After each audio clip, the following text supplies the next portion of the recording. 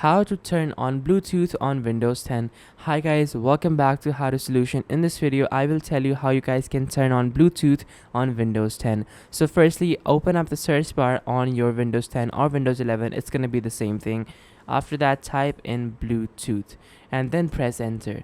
So when you press enter, you will see this exact same page come up on your Windows 10 as well. So from over here, if you have the Bluetooth device on your computer, well then simply click on add device, and then you will also see an option over here which would be to turn it on or off. Right now I don't have a USB device coming in, so that's why I cannot see that particular option. But if you have the Bluetooth device inserted on your computer, well then you will be able to see that on off button over here, and you can turn the Bluetooth on or off easily in just a few minutes. So guys, this is how you guys can turn Bluetooth on or off on Windows 10 or 11. Thank you so much for watching. Take care. Till next time. Goodbye.